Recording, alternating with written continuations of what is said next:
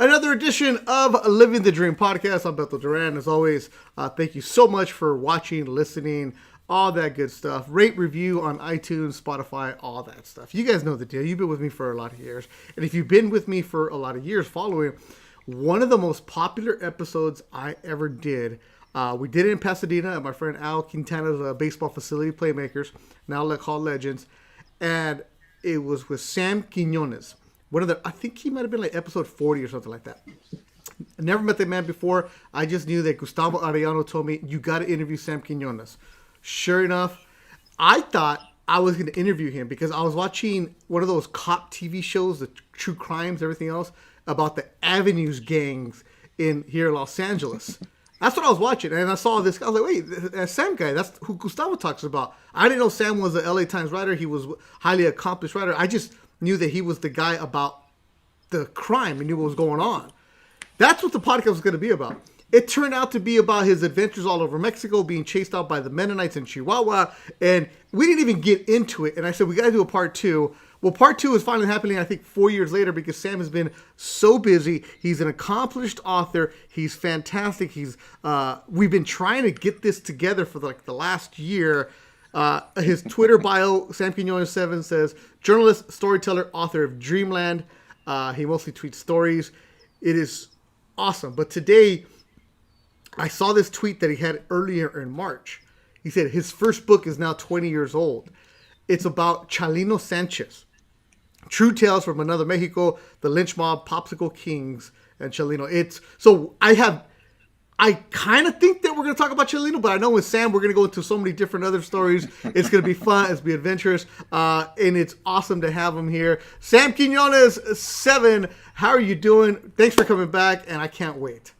Great, Beto. Thanks very much for having me. Wonderful to talk with you, and it's been wonderful to watch how well you're doing the last few years, man. It's really terrific. Well, I appreciate it. Now, if you're watching on YouTube, you can see Sam over his shoulder has a bunch of Post-it notes. What are they? What's going on? And just update us on your life, Sam. Yeah, sure. Those are chapters. Here, let me show you, man. How we go? Let me turn it around. They're falling apart because the book is done. I got to take those down. But those are chapters to my next book that's coming out in September. Not October. It's about the opioid epidemic. And again, it's actually about this time it's about fentanyl and methamphetamine, and it's about the way that communities around the country too have been kind of approaching this. It's about the pharmaceutical companies, et cetera, a little bit about that, but mostly it's about also it's about the traffickers out of Mexico have kind of changed the game a lot, and so now we have a fentanyl that is extraordinarily deadly, very, very potent, very, very highly profitable stuff, but kills people quite often. And then also methamphetamine, which was a drug that they produced for many, many years, and then they switched how they made it. And the way they make it now is creates very, very severe mental illness very quickly, homelessness, and so. It's a wide-ranging book. It's a lot about the books that I do, which are a lot of on-the-ground reporting, a lot of talking with people who have lived it, that kind of thing. It's kind of what I was doing all through my 10 years in Mexico too. I rarely spoke with people in power. It was almost always people, out in the little ranchos and stuff in the communities. And so this is kind of like another version of what I was doing down in Mexico, except for it's applied to the opioid epidemic. Now, the opioid epidemic, the book you wrote is called Dreamland, and right. I started reading it, Sam, and I'm not gonna lie, I didn't finish it because it got sad. It was I'm a happy person. I'm a happy person. I know. Yeah. But reading Dreamland, and I did buy it, by the way, people. Reading it. Thank you.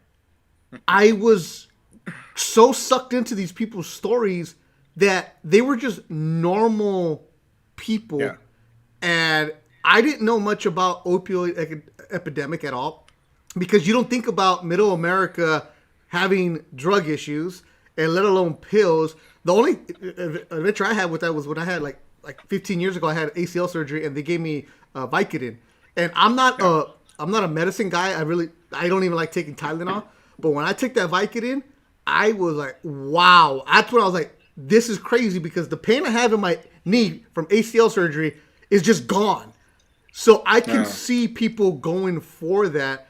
And in your book, Dreamland, it just, like, towns are getting, like, destroyed and families. I mean, it's really like the biggest drug problem we've ever had because... But nobody talks about it. Well, it went all across the country. And that's because it was mainly doctors who were promoting, doctors were prescribing it.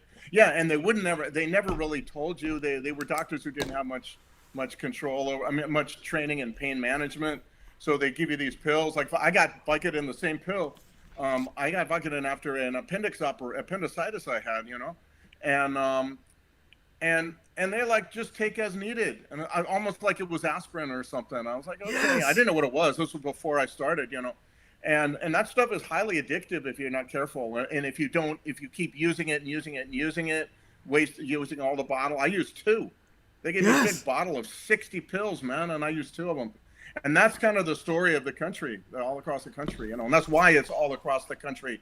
Unlike other drug problems, which never were really kind of like urban areas or certain areas of the country, the West or whatever. This was Maine to Oregon to LA to Miami, Yeah, and that's when I knew when I had the surgery. A friend of mine who is a pill guy, not big drug wise, but he was just always in pain. He's a truck driver and he's always in pain. He's like, hey, if that doesn't work, I'll get you some Oxycontin. I'm like, I don't even know what. Like, as you can tell, my reaction, I'm like, I don't know. He's like, give me the Vikes that you got because whatever they prescribed you, you're not going to use. And he's like, they give you a refill, right? He goes, I can sell that refill for you. And I'm like, what the hell's going, like, what, this is, right. It was 2004, 2005, something like that. Yeah. I'm like, what is this world that you're talking about? I'm like, I didn't even like the way it just made me feel. And then, sure enough, I read this. So the cartel is involved with the opioid trade?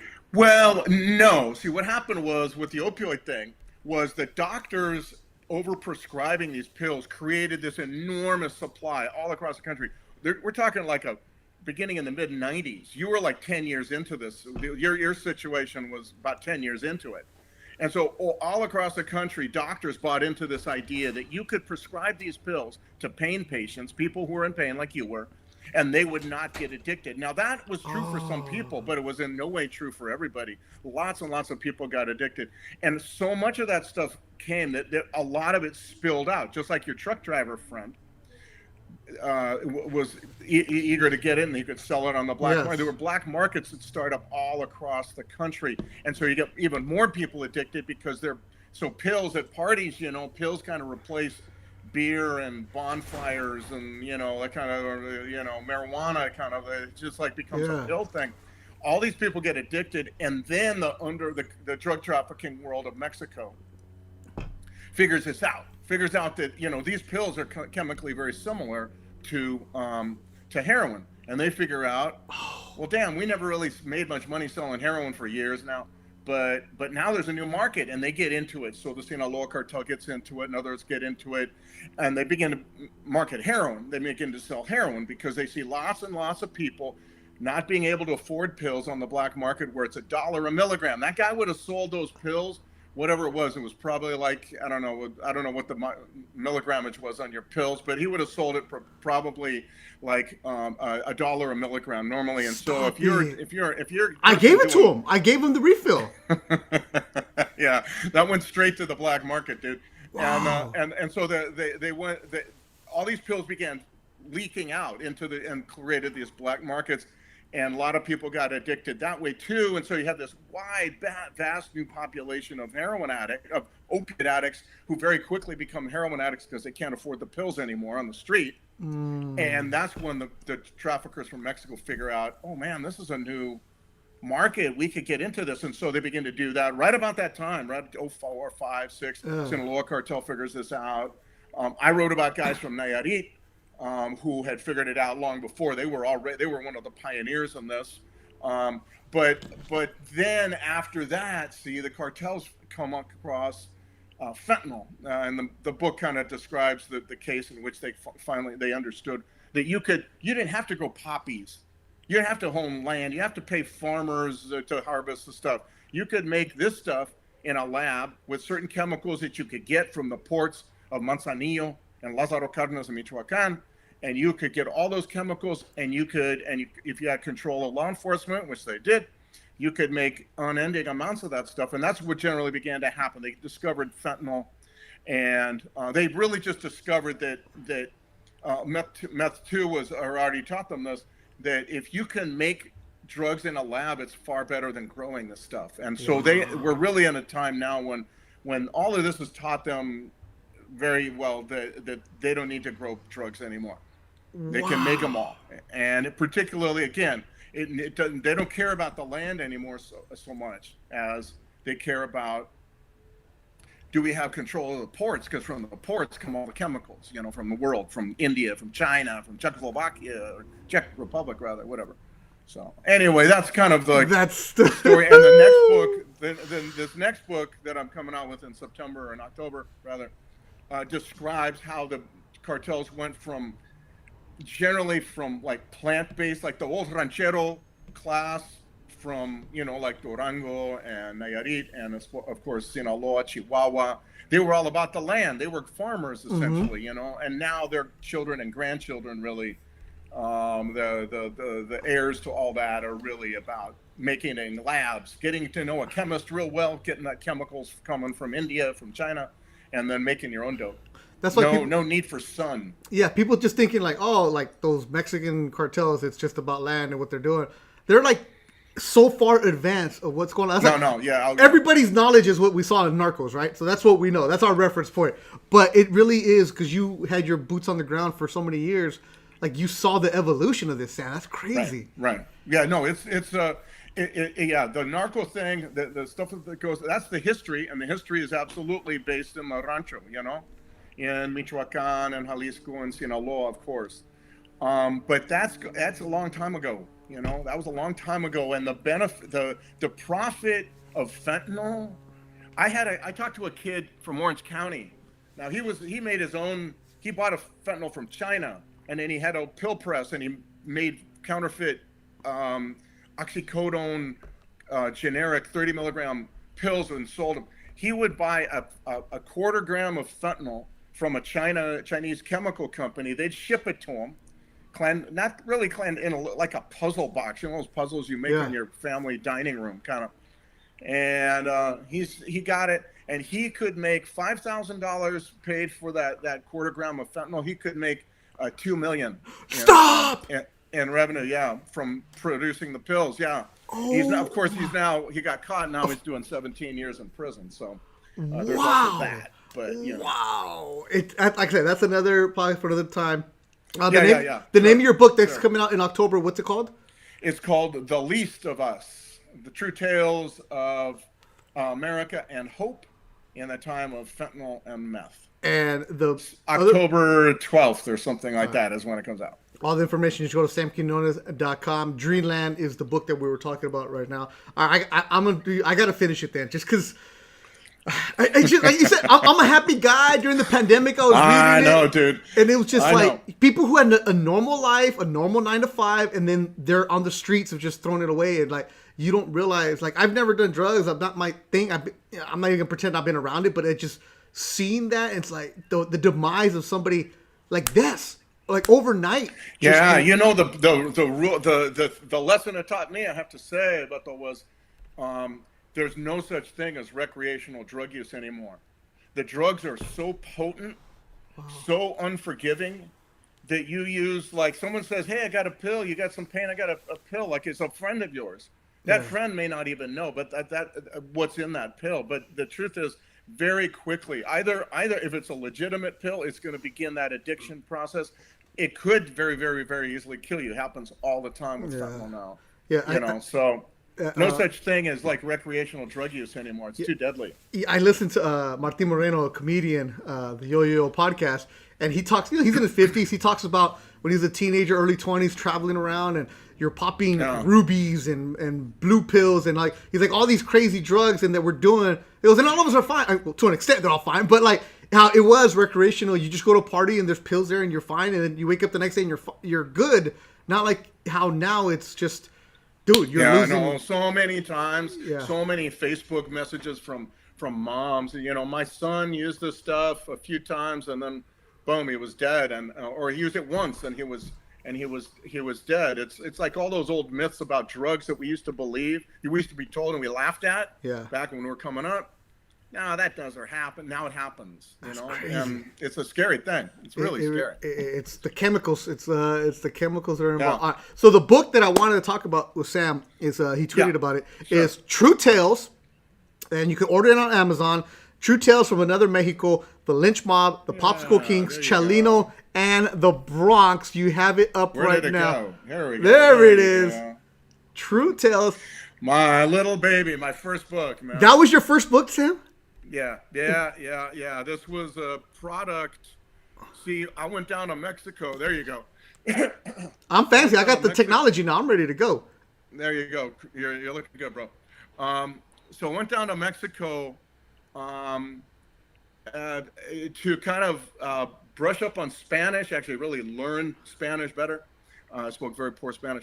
And I was a journalist already. This was in 1984. And while I was there, I found a job just by pure luck.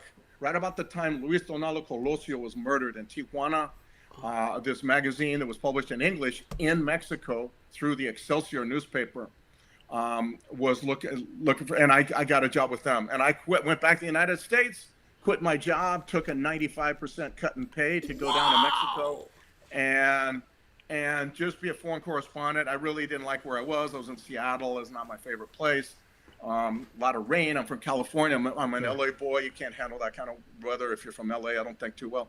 And so anyway, I was, I went down to Mexico, and the magazine folded a year later, and I spent the next 9 years as a freelance writer. And what that meant was, the reason I bring that up is because that meant I was competing to make a living. I had to find stories that nobody else had. And so I could not. There were a lot of media down there, reporters, very, very good. I was in a reporting American reporting community that was very strong, really great reporters. L.A. Times, Wall Street Journal, Time Magazine, Newsweek, Washington Post, on and on and on. There were San Francisco, all these different places, Chicago. They all had people down there, and the only way I could make money, I could not compete with them. They had drivers. I never had a driver once. I took the metro in Mexico, man. I took the bus all the time, and that was my saving grace. Because I had to compete, I had to find stories that were far away from Mexico City, far away from power. You know what I mean? So I was never going to get any big time politician to return my phone calls. They would return the phone calls to the Wall Street Journal or the New York Times or the LA Times, but they were never going to do so to me. And so my job, I had to find stories that were far away from power. That's what I viewed it as. But I was extraordinarily lucky because that's where the best stories were. In Mexico, that's where the people who were making the country work, who were creating the most interesting things, doing stuff on their own, and of course, immigrants being top of the list right there. They were people who were on their way. They were escaping power, and that's why it's Another Mexico, True Tales from Another Mexico, not the centralized, suffocating power centers like Mexico City and the centers of power. I really want. So I spent a lot of time out in the ranchos, right, and in different parts of like Michoacan, Guanajuato, Sinaloa, Oaxaca, various places like that, all over. I took a bus everywhere. If it was a long bus ride, sometimes I'd go on airplane sometimes, but I never had a car. And I spent a lot of my time, as I said, not talking to people in power. I spent a lot of my time talking to people, just normal folks, like people, the little, in the farmacia in the little town somewhere I landed, I talked with them. I talked with the guys selling tacos in the plaza. I would, all kind of an attempt to understand Mexico from another vantage point, which was not the center of power, because that's where all my colleagues were. And they did that job very, very well. And no one was going to call me back if they were calling the Wall Street Journal. So I went out and did my other stuff, and that's where I found a lot of like the lynching that I write about, the lynching in Hidalgo. Or I lived with like these group of what I call drag queens now. They might be called, they were jotos to themselves, but they might be called transgender. I actually don't think so, but that's a whole other conversation we can have. Anyway, it's living with them on the margins of Mexico, which actually turns out to be pretty big and very, very interesting. And that's where this book came from. That's a book, and I read it, and it's fascinating, the stories that you tell going all over Mexico, Sam Quinones. Now, you think about it, this is a great story. If you're an aspiring journalist, you heard Sam say, I'm not going to get the call from the politicians, but I'm starting to sound like the old guy now, Sam, when I talk to high school kids or college kids, especially when I talk to college kids. I'm the bitter guy when I talk to college kids. I'm like, you're not going to get a job. Nobody's going to hire you. You got to go and you got to find it yourself. Closed mouths don't get fed. And if you don't have the gumption to go out there and do it, then just quit. Like, it's okay if you don't do this business. Just know that you're going to suffer. You're going to be broke for a lot of years. But damn, when you do the job, it pays off so well internally. Yeah. It's fantastic. So nobody's going to call Sam back. So what do? You get your boots on the ground. You report. Right. You go find things out. When people ask me, how do you know this? How do you know that? I'm like, how do you not know it? Like, you take pride in that. And that's what you got to do, right, Sam? You got to get out there. You got to meet the people. Without a doubt, you hit the nail right on the head, man. And I was never, like I said, I love the people my colleagues who were down there at the time. They were very, very talented, very strong reporters. I did feel that some of them were a little insulated from Mexico. They had drivers and gardeners and maids. Like, I lived in a 2-room apartment, or 2-bedroom apartment, and one bedroom was my bedroom, the other bedroom was my office. And I spent a lot of time on buses. I spent a lot of time out in the middle of nowhere, because that's where I could find the story. And it turns out in the long run, actually, that worked out so much. As I said, it worked out so much better. I never made a ton of money. I was selling my stories to media in the United States, Houston Chronicle, Baltimore Sun, San Francisco Chronicle, those kinds of places, magazines and stuff. So my saving grace was I was making dollars and spending pesos. So I could that was good. That could work that way. But I was fervently single. I was traveling all over the place, living like the best journalistic experience I could possibly imagine for myself. I was very hard to leave Mexico because I was so addicted to the stories. I knew that any place I go, some little town in Puebla, some little town in Zacatecas, if I went to one of those, I could find a great story. It's like walking through a gold mine, because very few people in Mexico, the media was I felt very classist. They covered the top 10%, the best athletes, the prettiest models and stars and actors, the most powerful people, the most wealthy people. And there was that left a very, very large chunk of the country that nobody paid attention to. And so that's what I did. And Sam, I'm going to say this, like, say you're born in LA, you said you're an LA guy, Claremont, I believe, right? That you're in that area. Right. So, Mexicans that are LA. And myself, as my parents are from Zacatecas, I was there a couple times as a kid. I've gone back as a couple times as an adult, and I love it. I actually want to go back this summer, where I want to take my dad, who's 79, and my son. That way he can see where the roots are from, because they're from a town called Nochislan, 20,000 people. Oh, I've done that. For real? Yeah. I don't know it well. I mean, I spent a day there one time. It's awesome. I've been to a lot of those little towns. It's awesome. All over Zacatecas. Great, very interesting state. I would urge you to go. Yeah, I went a couple years ago, and it's 2 hours east of Guadalajara. And once you get out of Guadalajara, which is a huge metropolis, it's all ranchos, and you're just driving there. It's like 2 hours, and you're like, where am I going? And it's like, how did our roots come here? Like a town of 20,000 people, where it still feels like it's 1955. On Sundays, everybody walks El Jardín. It's just really cool. What were you doing in that town? I went to Zacatecas, like Michoacan, both states were places I went a lot, because At the time, I was covering, really, I was paying most attention to the immigration story. That was my focus. When I was in Mexico, that was my overriding focus. Political change and immigration. I wasn't so interested in the drug story. I couldn't cover it safely. It was only that Mennonite story that I did, and that got me into trouble. Apart from the Jesus Malverde thing, Yeah. the story that you see right there that's in this book, I don't really cover too much. So it was all about immigration. And so I spent my first 5 years, God, I must have gone to Michoacan 30 times, man. Wow. Zamora, Michoacan, Chavinda, Jiquilpan, all these different places, Los Reyes, all these different places. I went all those areas. But Zacatecas came later, and I went, Jerez, all those little ranchos around Jerez, Fresnillo, all those different places. And so, but mainly it was the reason I was there. And I can't remember why I was in Nochislan that one time, the specific reason, but it was almost always because there were stories about immigration. I think it was I was trying to talk with somebody who I can't remember, who I had met in like Norwalk or someplace like that. Yeah. Because like Norwalk, it very much like, it seems like little Zacatecas. Yeah, it's a trip. I mean? Yeah, Gustavo Arellano from Jerez, Zacatecas, Lalo Alcaraz. Right, Jerez. Exactly. And right, yeah, Jose Huizar is Zacatecas, but we ain't gonna bring him up. Also from Zacatecas. If you think about it, the Southern California was really, Mexican migrants who kind of colonized to a certain degree areas of Southern California, with Jalisco,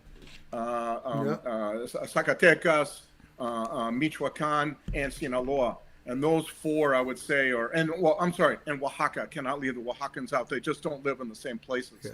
They live in different areas. The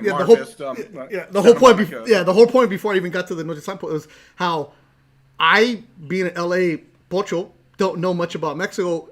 Because the coverage that you get, as you say, it's very classist. Even when you would read Opinion, or when you're watching Telemundo or Univision, you see this. Like, I'm going to be very ignorant right now. I didn't know there were Afro-Mexicans.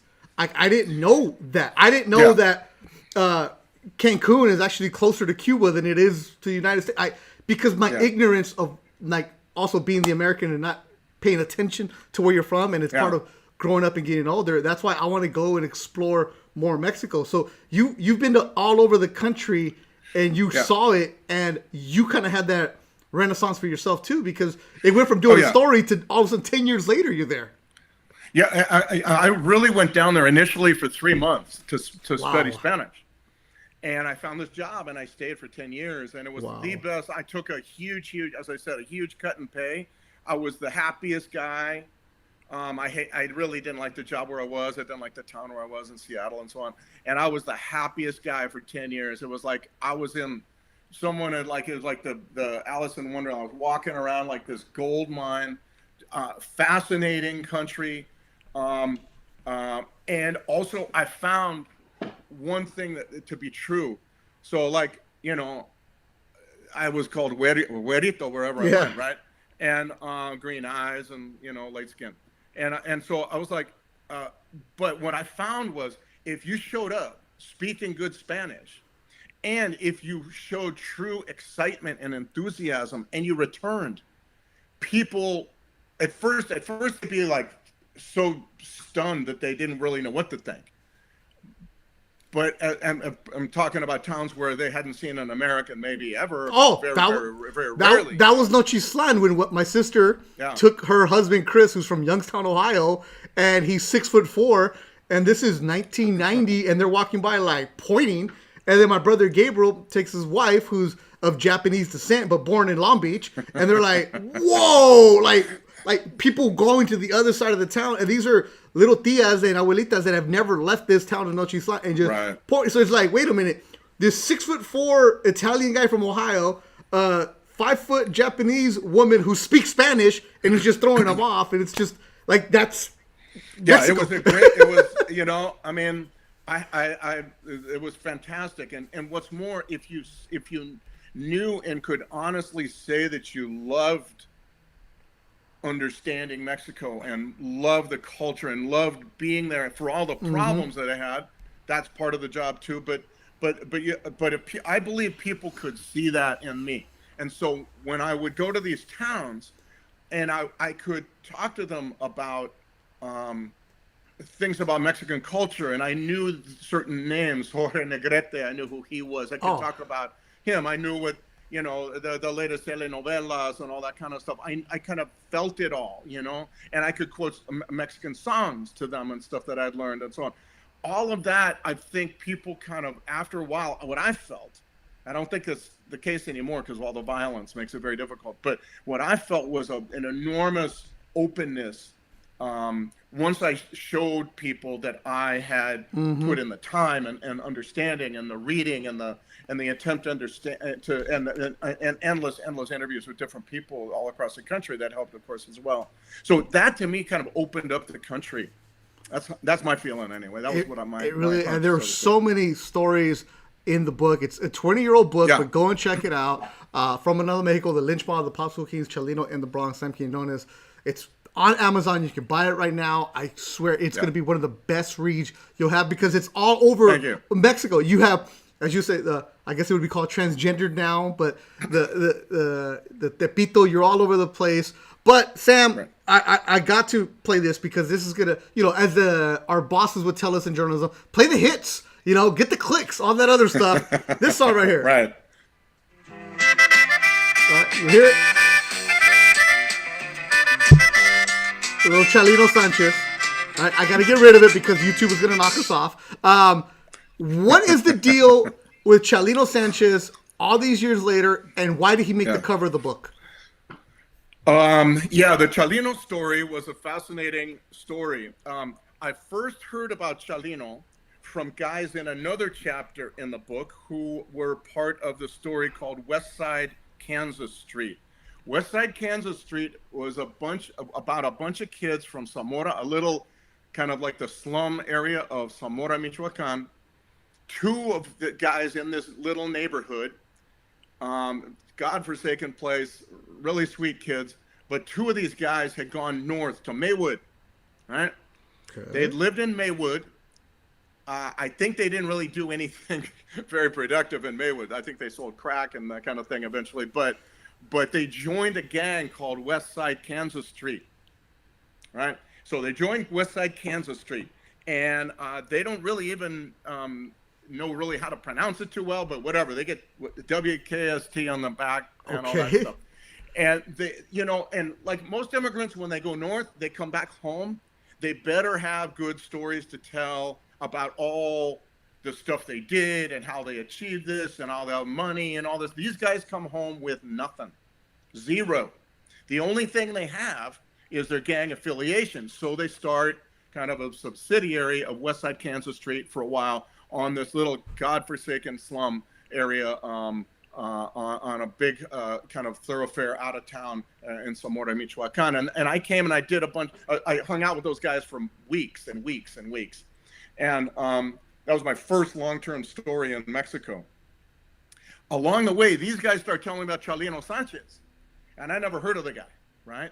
And they start telling me, this guy, and he was murdered and all this stuff. And so I'm beginning to learn about a little bit, what they knew anyway, about Chalino. A few years later, I said, I got to get back into that. I got to find more about that guy's story, right? And so, and I was reading about him little bit by little bit. There was internet by then, and you could read a little bit of stuff online, that kind of thing, not too much. And so I remember one time I went to Sinaloa. I had been to Sinaloa already 2-3 times by then. So I go to Sinaloa and I begin asking around because they tell me, this guy's from Sinaloa, he was murdered in Culiacan and so. And so I go there, and to my surprise, normally you would go there, start asking around, very quickly a story would appear.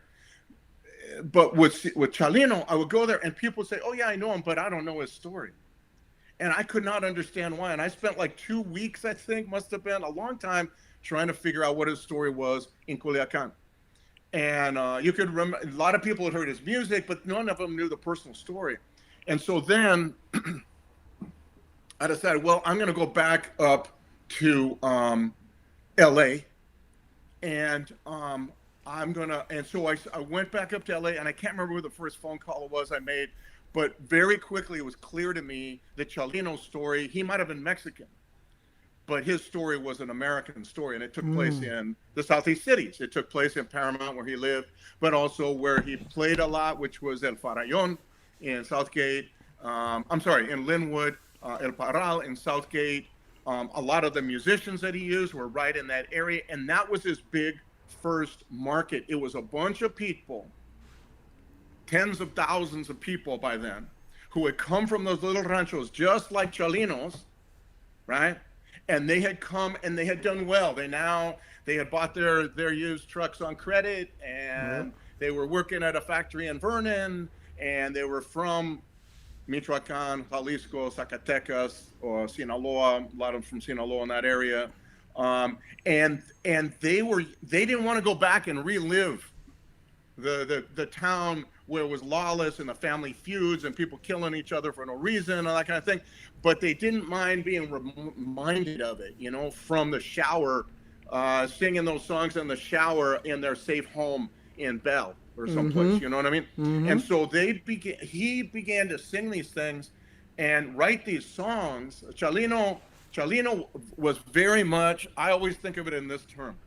It's going to be surprising to people, but I think it's absolutely true. He was really punk rock. Punk rock. Punk rock, right? Yeah, and I'll explain why that is.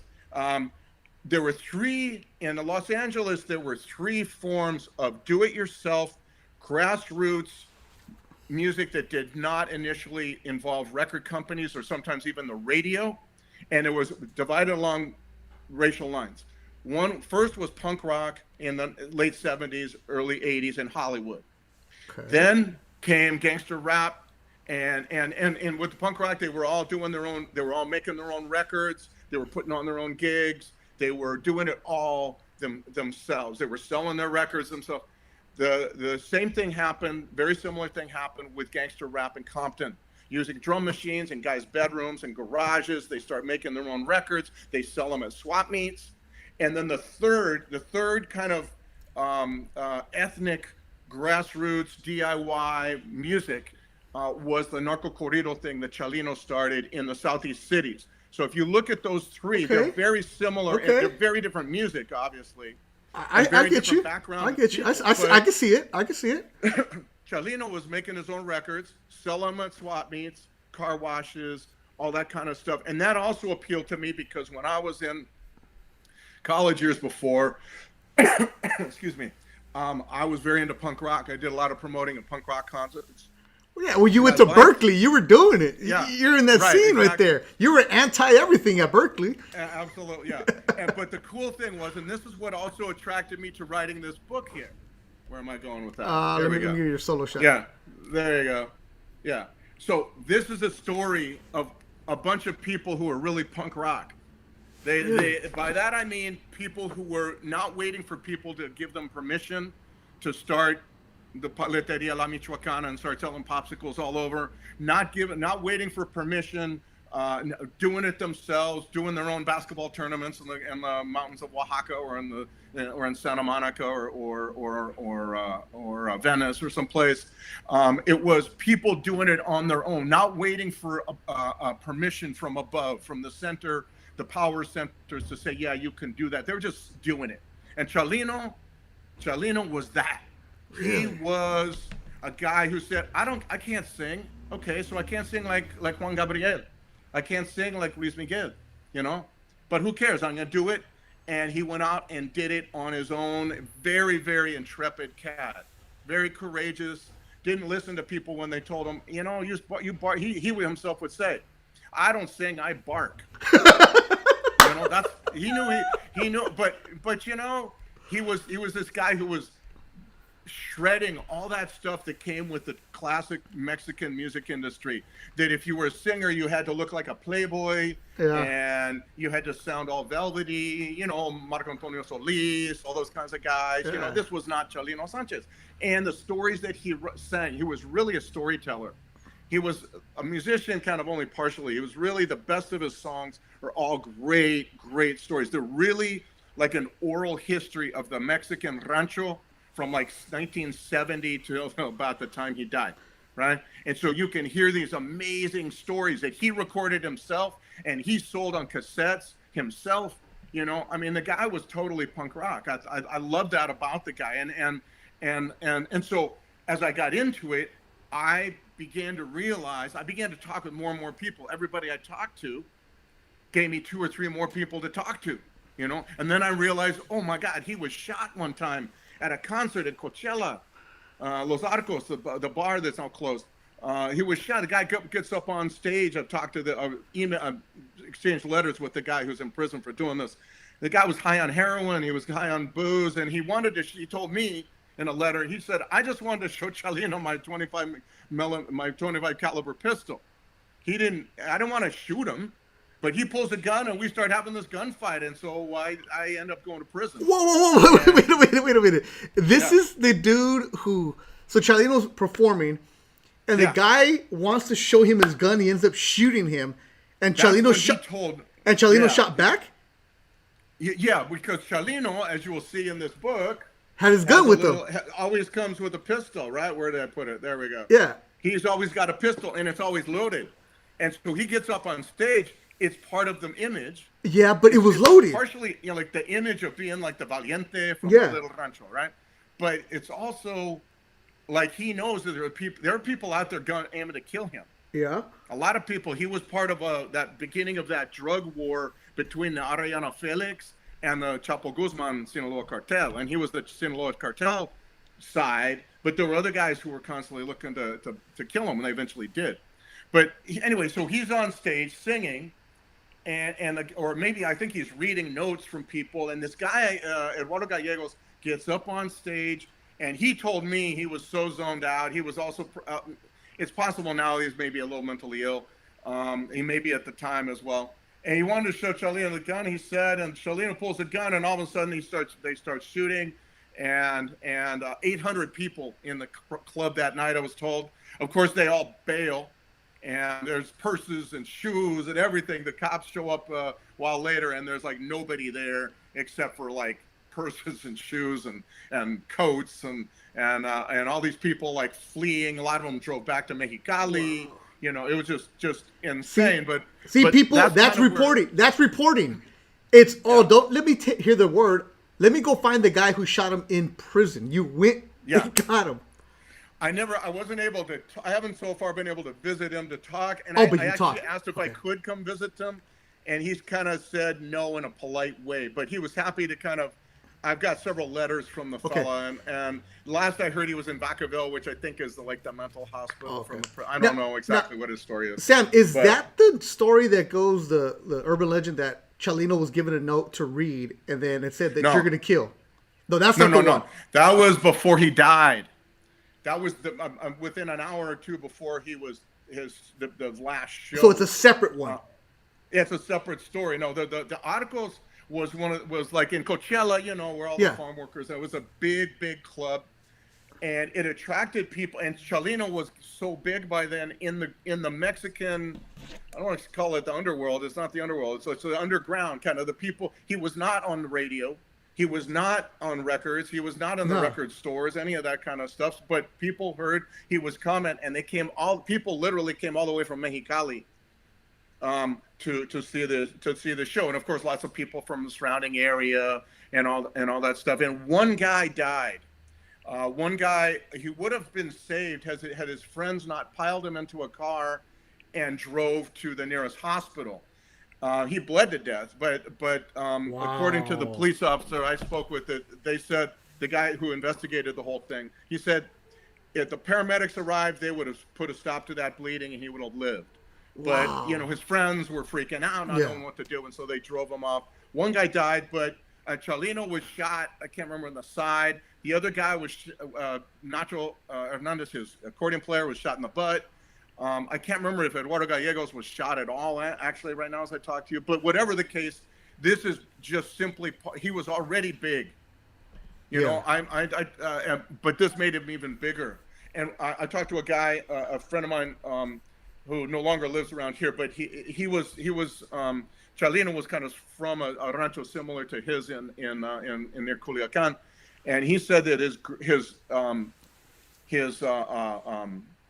niece was having quinceañera in, I think it must have been Southgate or Bell Gardens, one of those places there, not too far from there, and the word spread, and it's a hall for like 200 people at the most. Word spread that Chalino's going to be singing as a favor to her mother at this thing. And it's like spreading, like, how does it spread? It's not on the radio. It's like truck to truck, people are, hey, Chalino's doing this. Friends are calling each other. And boom, 800 people show up at this place. Yeah, they had to shut it down. The owner says, I can't, this is crazy. This is nuts. That's a real typical quinceañera. Like, you have your invitation? Yeah. No. We just show up. Nobody's had the invitation. Everyone shows up. But see, Chalino then was becoming this phenomenon. Why? In my opinion, he couldn't sing. He didn't have radio. He didn't have records. Why would he become this huge phenomenon?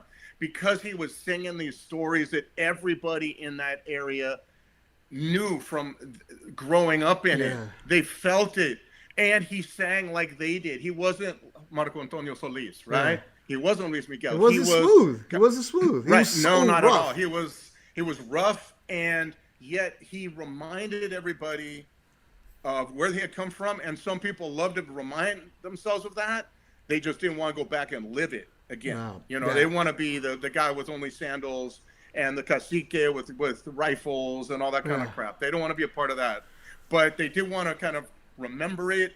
And so how does a guy with no media exposure whatsoever become like that? I think it's because his music just began to kind of speak to people in ways that nobody else's music was doing at the time. And this was the 90s, right? So real. The 90s? I'm sorry? It was the 90s? It was the late 80s, early 90s. He was killed in 1992. So it was a 4-year career. And really it was like the last year and a half or so, 2 years maybe, that he was getting really astonishingly big. Nobody could imagine this. Killed in 92. It's 2021, and it still resonates right now. A 4-year career of this. Now, you said something earlier that I didn't, I forgot about it. You said that he was part of the drug cartels that they were fighting over here, or how? Like, well, he was from this area that back in about, I can't remember when it was that war broke out. It was like 89, 90, right in there. Anyway, a friend of Chapo Guzman was killed by Ramon Arellano at a party in Tijuana. I can't remember the guy's name right now. Anyway, he was killed, and that more or less set off this feud that really, went for years after that, until really the demise of the Arellano Felix cartel in the early 2000s. But Chalino was for a time, as far as I understand it from his family, a driver for Rigoberto Campos. Was a famous narco and allied with Chapo Guzman in Tijuana. He was also famous because he'd had both of his hands amputated. He was killed then by the Arellano in a big shootout in I can't remember, was it I can't remember which colonia it was in Tijuana, but it was like Chalino had worked for him for a bit. Chalino had also spent a lot of time in the Mesa prison or jail rather in Tijuana, and in that jail he'd kind of survived. This is where he began writing corridos. In those jails, man, it's packed with people with nothing but great stories, right? Yeah. And so he starts composing songs about some of the guys in the jail with him, and a cousin of his, Ismael Sanchez, has a guitar. They start kind of forming a duet that way. That kind of gives him the idea. He's in there for being a pollero, for being an immigrant smuggler. His brother Armando was an immigrant smuggler in the colonia Coahuila, near the border. And I spoke with guys who worked with Armando, and also it was a fascinating story actually. The polleros divided along the Coahuila, the street, and the one block was pretty much the property of guys from a little village called Villa Victoria, Michoacan, And I talked to many of those guys. They're now in their old age, a lot of these guys, but whole families had that. And then the next block over was the Sinaloans, and that was Armando Sanchez and a bunch of other guys who work with them. I talked to 3 or 4 of them. And so Chalino comes up from the little rancho, and he learns the pollero trade. He was never really good at it, never really liked it, but he at one point got arrested for it, and spent a lot of time in the mesa, and so he was. That's kind of where he began to kind of get this idea, like writing corridos. Hey, that's not a bad idea, you know. Wow, out of jail, out of jail. It's fascinating. We can do it 3-4 hours on just Chalino. Once again, the book 20-year anniversary. Sam Quinones, ordered on Amazon. All that other good stuff. The Lynch Mob, the Popsicle Kings, Chalino, and the Bronx. All right, now we're focusing on Chalino, but I also want to get into the book. What's the deal with the Bronx? Why is it in the title? Well, part of this story, part of the book was to talk about people who were on the outskirts of power. You know what I mean? They were not. I didn't want to talk about people in power. They got enough coverage. So I wanted to talk about people on the outskirts of power. But within the power structure, there are people who have power, and there are people who support them and are basically obedient to them. And within the Congress, Mexico's Congress, there was a section of the Congress, of the Priista, the pre-members, that was known as the Bronx. And they were the rudos, you know, like the bad guy wrestlers, kind of. They were the ones, they were the peons. They were the obedient, loyal followers to the burbuja. They called the burbuja, the group of leader, the pre-leaders, who of course were in direct contact with the president and doing whatever the president wanted them to do and that kind of thing. But the people that they relied on to get rude and shout down the opposition parties as more of the opposition began to be elected. But for a long time, there was no need for the Bronx. Everyone was just asleep at their desk voting yes, right? The classic picture of the levantaderos, kind of asleep, voting whatever the president wants me to vote for, that's what I'm going to do. Well, the PAN and the PRD started getting elected, and all of a sudden they start being just dissidents and talking back, and essentially. And so this Bronx culture kind of forms because of that. And so you get these people who understand that they are still, these other folks are dissidents. Our route to power is going to be by being obedient. If we just do whatever they say and be vocal and all that and yell down the opposition, then the PRI will give us our next political opportunity. And that's exactly what, so nobody cared to spend time with these guys. I thought it would be a great story to spend time with the Bronx. And at the time, it's also weird, Beto, at the time, Mexico's Congress still had the vestiges of when it really didn't matter, which meant that if you were a reporter, you could go into the hall of Congress, sit right down next to a congressman, just as people were talking from the podium. I did this all the time. I could have literally voted on Mexican legislation. I could have just raised my hand, yeah, sí, señor. Right? I didn't. I did not do that, okay? I did not vote on Mexican legislation, but I could have very easily. And that's how I got to know the Bronx, because I could sit with them and I could hang out. And I was like their little American mascot. Güerito, how you doing? Güero, where you going, man? We got lunch. Come to lunch with us, that kind of thing, you know? And so I would.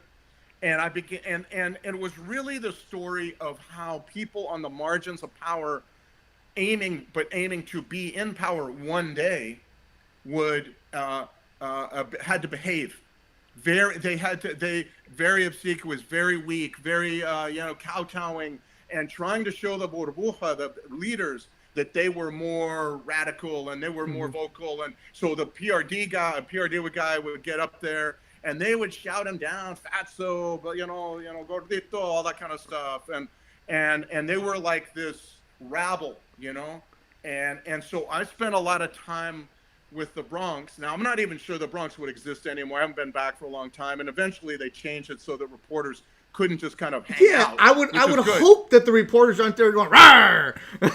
No, no, they did a very good thing. The reporters got mad, but I was like, this is the right thing to do. They put a little section in the back of the Hall of Congress where the reporters could sit, and they fenced it off kind of with a little. Yeah, I was like, what else do you expect? This is not a modern Congress. I was one of maybe 50. Literally 50 reporters in the hall. They would go from person to person talking. The people would be trying to discuss legislation, and all these folks would be asking interviews. And I'd be like, this is insane. This is ridiculous. No other self-respecting Congress in the world allows this to happen. And within 2 years, Mexico stopped doing that too. And that's good. That's a good thing. But while it was happening, literally, I sat with congressmen one guy would be sitting there, his partner wouldn't be there, it'd be an empty chair. I'd sit down and start talking to the guy. Literally, that's what I did for like a year or something, a long time. It seemed like ridiculous amount Mexico. Of time. Yeah. My friends that's kind of the growing pains of democracy, where you got to modernize stuff. You got to make it. The rule of law has to pertain here, and there was no rule of law in the place where they made the laws. Yeah, as a friend of mine who's played baseball in Mexico for a lot of years, Alex Anabia has always said, when things happen, they just change the rules on you. At the end of the day, all you just say, it's Mexico, bro. It's right. It's bleeping Mexico. They make up the rules as they go. Nothing should surprise you. Now, in the book, though, Sam, this is what got me too. I've covered the Lakers for a lot of years. Basketball is cool. I never would have thought Oaxaca and basketball. Yeah, me neither. I played basketball in high school, and I love the game. So here's the story is called Zeus and the Oaxaca Hoops. Now, it grows from my feeling that so when I was in Mexico, I was traveling all over, and everywhere I would go, I would find Oaxacan farm workers. Sinaloa is the first place. Baja California saw that too. There was one other place. And then, so Oaxacans are kind of like the migrants within Mexico. They've gone all over Mexico working cotton, apples, tomatoes, pepino, cucumbers, all these different things, right? And everywhere I went, particularly Sinaloa and especially in Baja California, they would knock off at work at 3. And by 3:30, they'd all be playing basketball. And I would watch, and Oaxacans are really short people by and large. Yeah. And I'd be watching folks, and I'd be like asking them, since when do you guys play basketball? Because, but religiously, man. Fervently, like with a deep, deep obsession. That's how they play basketball. Oh, my God, yeah. It was nobody could dunk the ball. Nobody could palm the ball. But the love of the sport was indisputable. For the people who don't know, Oaxaca is southern part of Mexico. Yeah. It's a lot of Indian groups, a lot of the Zapotecs, there's the Mixtecs, there's the... A lot of them have their own... They still have their own native language still. And a lot of people still speak those languages. And back then, too, it was even deeper. There was a deep cultural thing. It's not rude to say, but most of them are probably 5'2", 5'3". Yeah, I think a tall Oaxacan back then would have been 5'8", 5'9". That's a tall one. It was really no. It was really. Hold on 1 second. Here we go. It was really. That's what struck me. Like, this is not. You would not. And so I began to talk with folks, and I began to ask them, what's going on here? And for 2 years, Beto, I tried to find the right way to tell this story, because I kept on being told, well, the government built a lot of sports infrastructure in the 1950s, but up in the Oaxacan mountains, there's no room for soccer fields. So they built basketball courts. Okay, that makes sense. But like, I couldn't get a hook around which to tell the story. By hook, I mean somebody whose story is so powerful that you immediately want to go, oh yeah, that's the dude. That's the guy who can tell this story. And then I remember calling Fernando Lopez Mateos, who was still the owner of La Guelaguetza in Koreatown. But at the time, he also published a newspaper called El Oaxaqueño. And I called him and I said, I'm coming up there, and I've I hadn't met him previously. I'd done a story about him previously, and I said, I'm coming up there, and I just was wondering. I've noticed that the Oaxacans playing basketball all over the place. I said, Sinaloa, Baja California. Do you know anything about it? And he says, I don't really know much about it, but we have a columnist who writes about basketball for our newspaper, and he's the guy you need to talk to. I say, okay, perfect. What's his name? Zeus. Zeus Garcia. A friend of mine to this day, a wonderful man. And come to find out, so I call him, and he's just telling me like these tidbits over the phone. And I'm like, oh, dude, this story is unreal. He was part of the greatest Oaxacan village basketball team of the 1970s in all of Oaxaca, from Santa Ana del Valle, which is just down the road from the city of Oaxaca, place where they make rugs a lot, very good rugs there. And so I said, well, if I come up there next week, could I come meet you and we talk? And oh my God, this began like a year-long saga of me hanging out with Zeus and coming up from Mexico City to sit in the living room in Mar Vista with Zeus Garcia as he told me stories of all his team. He and his brothers and his cousins formed this team, and they would go up into the mountains and they would play. And the truth is, he said, we were better fed. We trained harder. We were better fed than a lot of those little village basketball teams. And we come in and we win every tournament. One time they won a bull, 1,300-pound bull that they came home with. Yeah, seriously. And they were this great basketball team. And he developed what I loved about Zeus. He loved basketball in its purest form. So he migrates along with much of Santa Ana del Valle in the 1980s. Comes up here. When I met him, he was a busboy in a Malibu restaurant. He now works in the fruit and vegetable district in downtown. But he was telling me that he came here, and what he loved about LA was basketball infrastructure. Where don't you have a court, man? Yep. You got parks with courts everywhere. Normandy Park was the first park they began to meet at, and they began to develop this Oaxacan basketball tournament. Oaxacan basketball tournament culture that by the time I was onto the story was deep. I mean, it would be like the Olympic Games, man. I went to one tournament, must have had 30 teams. They all line up with signs from the village, and they do this long trip around. It was over at El Sereno, that's where it was. And dude, I mean, it was just magnificent, and these games were unreal. They were so they weren't like great basketball. Certainly, if you're in LA, you're going to see much better basketball somewhere.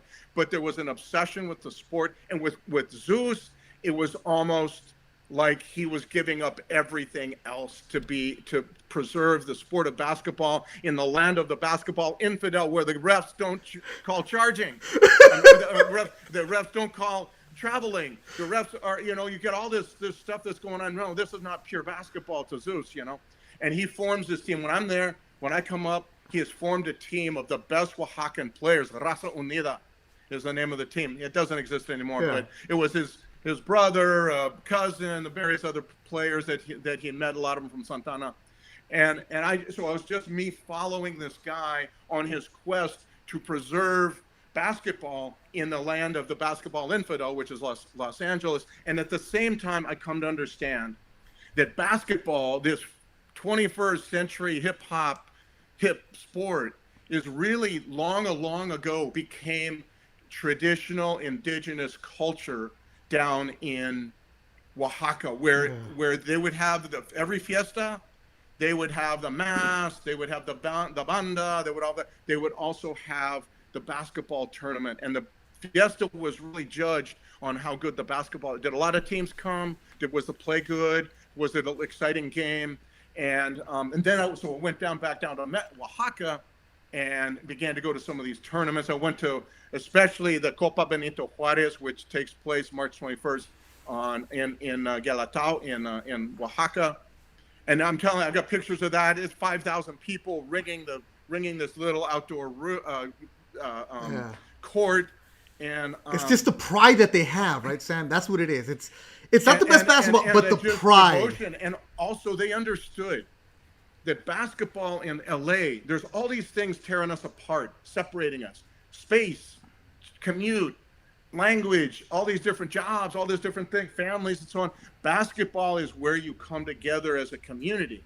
Not that they all got along. In fact, there were some serious fights Yeah, in the of Oaxacan course. community about stuff. But you could see basketball, and it was a good place, a safe, sane place to raise your kids. It was really good that your kids got involved in basketball, not gangs. And for a lot of them, that was a very, very that was a serious business, the gang thing, because they were surrounded by it in a lot of areas. So basketball became how they came together. It was also, people knew if you were from certain villages, you knew to go to the courts in Venice where a lot of the Oaxacan guys played. And when you first came to town, you would go there and you would find out where you could live, where you could find work, a little bit about the bus system, that kind of stuff. You could get oriented. It was like your orientation to go to the basketball games, either Normandy Park, Tuberman Park, or the basketball tournaments at each of these places I've been to many a time, and then or Marine Park, or there was another place in Venice.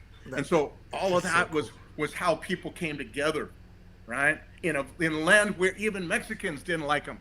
That's why all the Oaxacans live in Mar Vista. They don't live in East LA. They don't live in Southgate. It's one community. They're either Oaxacans are either in Mar Vista or New York. It's right. Yeah.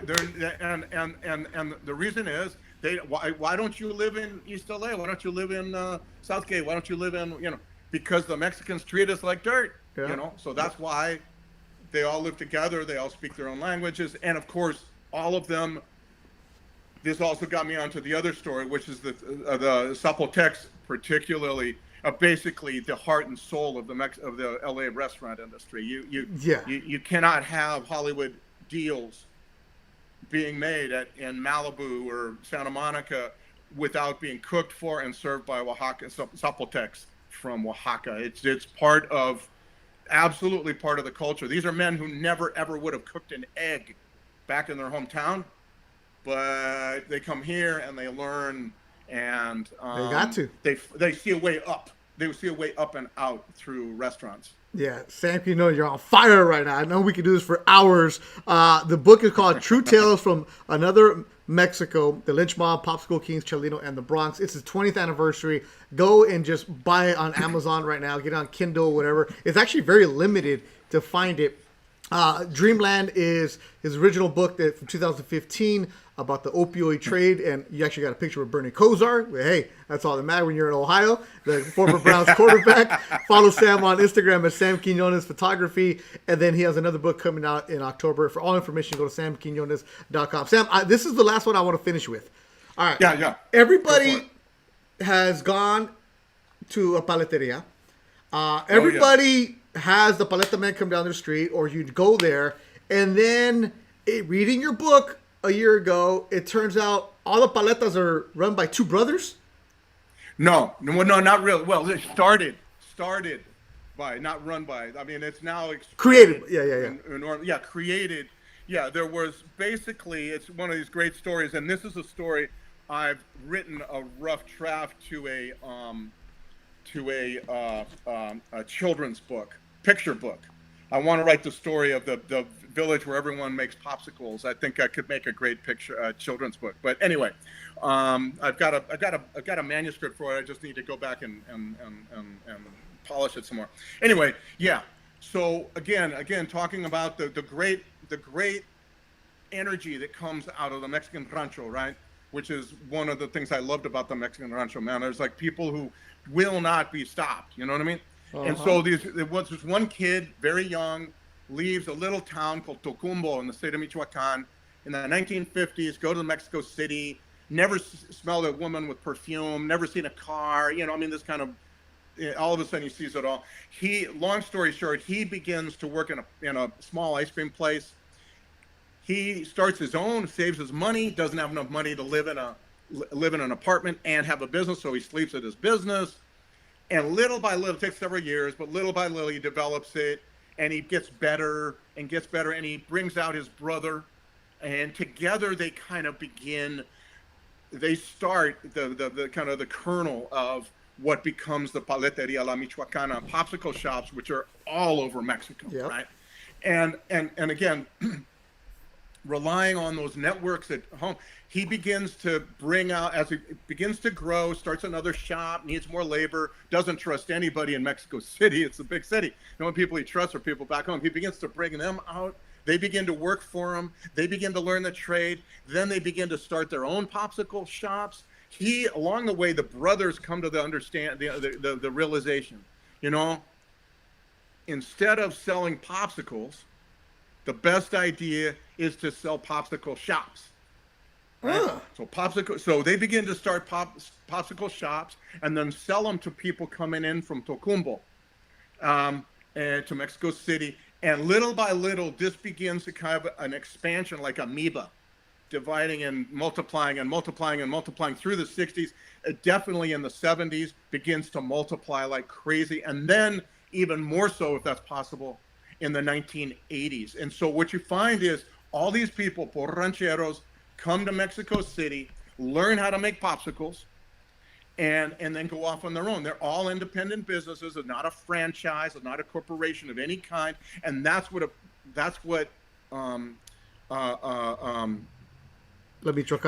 appeals to people, right?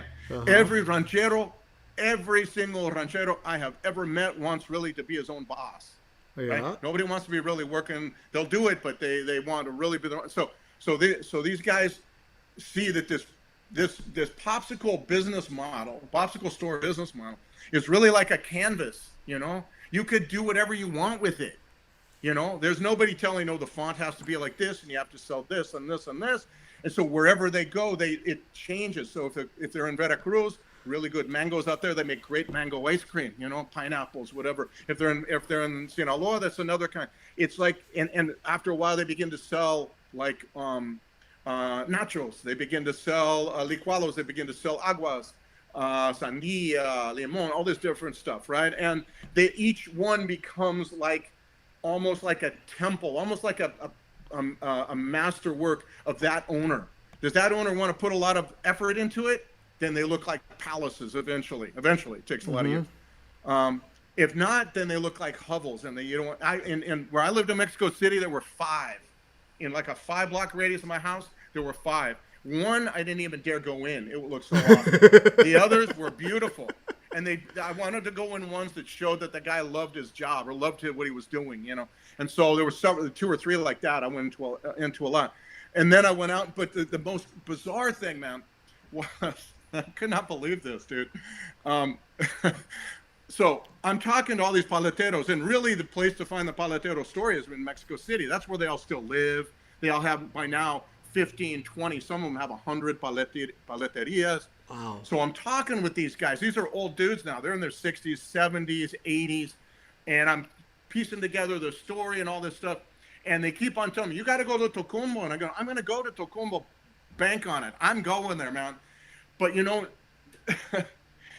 so I go to Tocumbo and I'm taking a cab, and the cab I was staying in Los Reyes, right? And I didn't have a hotel in Tocumbo. So I'm staying in Los Reyes, and I get a cab, and the cab is going through this windy road through the countryside and beautiful little hills and cows and pines. And we make this turn and come around the turn, and there in front of me, it's like, like the angels start singing and the clouds open and all this stuff. There in front of me, dude, is a 2-story, enormous concrete popsicle statue. Come on. Now, I swear to God, I put it up on the web somewhere.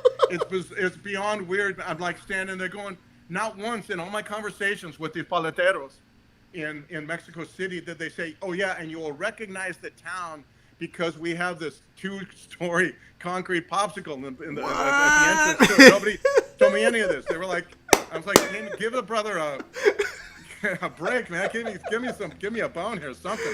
Anyway, so I go there, and I happen to arrive at the very moment when they're having the Feria de la Paleta, and they've dressed all the streetlights with like these shrouds of form of a popsicle. Wait, hold on, Sam. Feria de la Paleta? La Paleta. And what's cool about the Feria de la Paleta was, at the time, a festival for the ice cream. All the paleteros would come from Mérida, from Monterrey, from Tijuana. They would all come back. And so you would hear people with these different accents from all over Mexico, right? The kids who had grown up in Merida, had grown up in Monterrey. They had not grown up in Michoacan. They only come there very rarely. But they would come back. And the other thing is, it was not the wealthiest town in Mexico. It was, however, the town where the distribution of wealth was the most equitable. You did not find poor people. You found some wealthy people. You found mostly middle-class folks, because that's what the paleta offered. It offered a road to the middle class that did not involve going to the United States illegally, did not involve selling drugs. That's what was the beauty of the story, in my opinion. That's why I loved it dearly. That this was a way for Mexicans to find a way up to the middle class without going through those very, very dangerous and arduous other choices, you know. And so you would get up on a hill.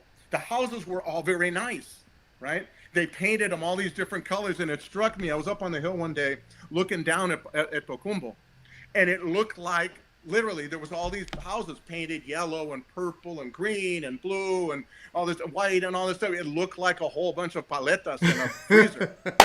You look down far enough, you go, oh my God, that looks just like a refrigerator with all the paletas on there. Like when you look down. Seriously, man. And it was a beautiful, beautiful thing. It was Mexico's problem, if you ask me, is that it has not found enough ways of replicating the paleta story. Yeah. Seriously, that was a way in which all these very energized people were not hindered by the center, by the political class, the central power brokers, right? They were on their own, and they could do it on their own. And when they did it on their own, and when they could do it on their own, they did fabulously well all across Mexico. And now, other than Pemex and maybe Oxxo, you know, it's hard to think of another business that is so prevalent all over the country. Yeah. Not that they're not corporate owned; they're all independently owned. But everywhere you go, a plaza, you know, you would have trouble calling yourself a good plaza if you didn't have at least one paletero selling on that plaza among the plaza business. And normally it's two or three. You know, I've been to many places where it's two or three. And now, you know, if you ever go to a paleteria, particularly in Mexico, ask them if they're from Tocumbo, man. It's a great way of having a fascinating conversation. Most of the owners still are the families that still own them from Tocumbo. Now, what they began to do was hire people locally a lot of times. So if they own San Luis Potosí or someplace like that, they would hire local folks, and then those folks would go and they would start their own paleterias too, calling it Paleteria La Michoacan or something like that. But you know, it was like one of those things that just spread like amoeba.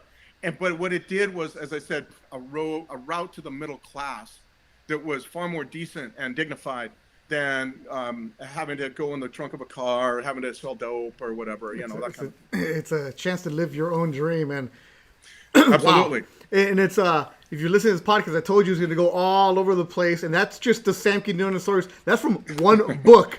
We could do this all day long, and actually we're going to do it again pretty soon because Sam, you're just fascinating. I was actually Gustavo. I sent him a picture of us and Ariano. He's like, great storyteller. I was like, exactly, just a great storyteller. SamQuinones.com is going. We go and check out all the information on him. His Instagram is Sam Quinones Photography. And what happened? You were working on a series of pictures of the Guadalupe murals. Well, I wanted to tell you about. Oh man, that's. I really want to do that next. I have a whole book already set up, but I didn't have. I was working on this other book, and it's coming out in October, and I tried to do this other project, and I couldn't do it at the same time. So the other project is an entire book of photographs of the Virgin of Guadalupe murals on the streets of LA. The Virgin of the American Dream is the title of the book. La Guadalupe on the walls of Los Angeles, and it's really taking photographs of all these murals all over the place. I think I've got like a map that now shows like 150 or 160 murals. Anyway, I've got all of that set up. But the idea was to say, just the same way that the Virgin appeared to the Aztecs after they had been conquered, how to navigate this new land, right? She comes and all of a sudden she makes it easier for them. You know, she's the madrecita. You can come to her for help and that kind of thing. My feeling is that in a different way, immigrants, and particularly small mom and pop immigrant business owners, resorted to the Virgin of Guadalupe to help them with this new land. Los Angeles, the gangs, all that kind of stuff. They didn't have money for security, so they paint a mural of Guadalupe of the Virgin on the wall of the mom and pop store, whatever it is, and the gangs won't mess with it, that kind of thing. Mm-hmm. And so, but anyway, I'm hoping to get to that next. Awesome. That's a story I want to get out. I want to tell. It's just been so difficult to get that properly done the right way. I published a few copies and I didn't really like it, and so I retreated and want to do it again. But when I get that done, man, I will let you know, and we'll talk all about it, because that's been kind of like a semi-obsession of my own too. Driving around looking for virgins. Where's another next virgin I can find? Oh, I know that one. I got 3 photos of her down there. I know that one. Let's go over here. Kind of thing. Yeah, that's kind of how I spend my off hours. When you did that, it reminded me, because in Wilmington, I would go to Holy Family as a kid for church, and when we go to La Doctrina, the First Communion, in Catechism, there was on the liquor store right there on L Street. There was a Virgen de Guadalupe, and it was in the middle of a gang area, and on one wall, actually part of the wall was 2 gang members knifing each other, but right next to the Virgen de Guadalupe. So it's like fantastic.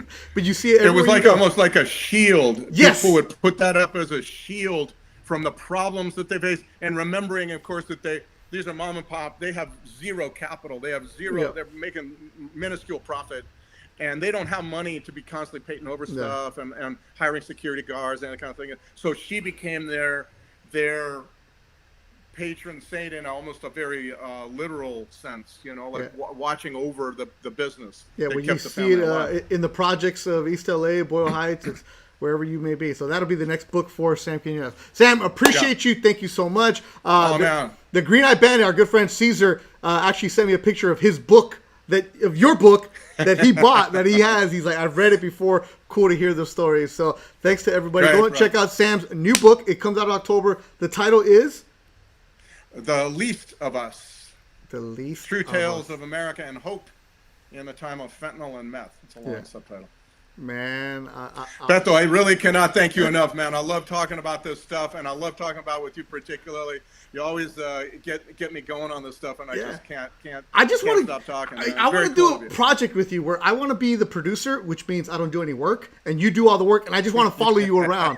I just want to follow you around. Let's do it, man. There's too many stories. There are just too many stories out there. And you know what's also cool is I'm so proud to have these pictures of the Virgin, because what I have known is, as these areas kind of either gentrify or in another way they just kind of come up, and the other corporations realize, hey, there's a market there, maybe 7-Eleven moves in, that they start tearing down these murals. I've noticed I can count 5 or 6 right now that don't exist anymore, at least.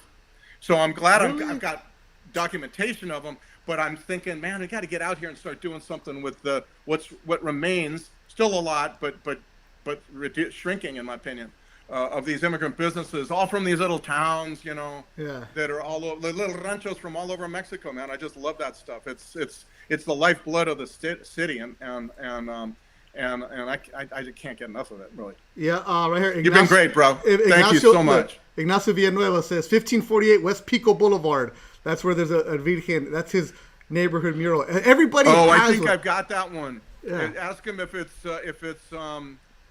what is the market there? I think I have that one. Anyway. Yeah, everybody knows that right there. And but Sam, like, I kid you not, I gotta get rid of my kid, the last one. I gotta send her to college in 7 years. And as soon as that, I already told her, I'm dropping you off and I'm gone. I'm gonna go to Mexico. I'm gonna retire with no money. I'm gonna retire and just be gone. I want to do a story. I want to do something about the Mexican Baseball League and how crazy it is, and like the Americans living there. How unfair. It's, as Sanabio said, it's freaking Mexico, bro. But the stories of that's like one unfair situation. Yeah, but the stories of what goes on over there. There's something there. Sometimes. And there it is. Great story, man. All right, Sam Quinones, we'll talk to you soon. Thanks, everybody. Make sure you follow Sam Quinones Photography on Instagram. You've been great, brother. Thank you so much, man. Gracias. We'll talk to you soon, bro. Adios.